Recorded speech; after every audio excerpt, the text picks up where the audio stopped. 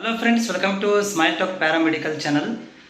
Friends, ಒಂದು good news ನಮ್ಮ SSLC ಮತ್ತು ಕನ್ನಡ ಮೀಡಿಯಂ ವಿದ್ಯಾರ್ಥಿಗಳಿಗೆ ಪ್ಯಾರಾಮೆಡಿಕಲ್ ಬೋರ್ಡ್ ವತಿಯಿಂದ ಏನು ಒಂದು 2026ನೇ ಸಾಲಿನಲ್ಲಿ PUC ಸೈನ್ಸ್ ಮೇಲೆ ಮಾತ್ರ ಪ್ಯಾರಾಮೆಡಿಕಲ್ ಮಾಡಬೇಕು ಅಂತ ಹೇಳಿ ಒಂದು ಆದೇಶವನ್ನು ಹೊರಡಿಸಲಾಗಿತ್ತು.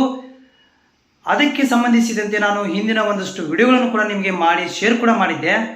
ಇನ್ಮೇಲೆ DMLT ಇರ್ಬೋದು, ಆಮೇಲೆ ಬೇರೆ ಬೇರೆ ಕೋರ್ಸುಗಳು ನಮಗೆ SSLC ವಿದ್ಯಾರ್ಥಿಗಳಿಗೆ, ಗ್ರಾಮೀಣ ವಿದ್ಯಾರ್ಥಿಗಳಿಗೆ ನೋಡಲಿಕ್ಕೆ ಸಿಗೋದು ಕಷ್ಟ ಆಗುತ್ತೆ, ಕಲೀಲಿಕ್ಕೆ ಕಷ್ಟ ಆಗುತ್ತೆ ಅಂತ ಕೂಡ ನಾನು ವಿಡಿಯೋಗಳನ್ನ ಶೇರ್ ಮಾಡಿದ್ದೆ. ಅದಕ್ಕೆ ಇವತ್ತು ನಮ್ಮ ಒಂದಷ್ಟು ಸಂಘ ಸಂಸ್ಥೆಗಳು ತುಂಬ ಕಷ್ಟಪಟ್ಟು ಒಂದು ಗೆಲುವನ್ನು ಪಡ್ಕೊಂಡು ಬಂದಿದ್ದಾರೆ. ಏನಂತಂದರೆ 2026ರಲ್ಲಿ ಮತ್ತೆ SSLC ಮೇಲೆ ಪ್ಯಾರಾಮೆಡಿಕಲ್ ಕೋರ್ಸ್ಗಳನ್ನು ಮಾಡಬಹುದು.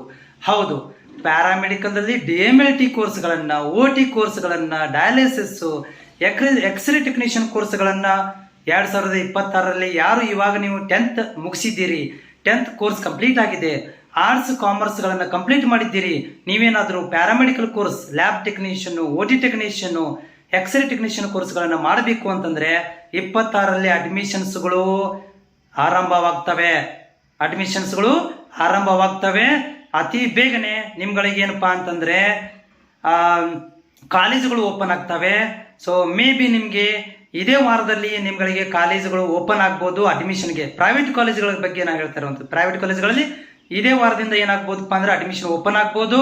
ಗೌರ್ಮೆಂಟ್ ಕಾಲೇಜ್ ಅಪ್ಲಿಕೇಶನ್ ಬೇಕಂತಂದರೆ ಅದಕ್ಕೆ ನಾನು ನಿಮ್ಗಳಿಗೆ ಮುಂದಿನ ದಿನಗಳಲ್ಲಿ ಮಾಹಿತಿನ ಕೊಡ್ತೇನೆ. ಯಾಕಂದರೆ ಗೌರ್ಮೆಂಟ್ ಅಪ್ಲಿಕೇಶನ್ ಜೂನ್ ಜುಲೈ ಮಂತಲ್ಲಿ ಓಪನ್ ಆಗ್ತವೆ.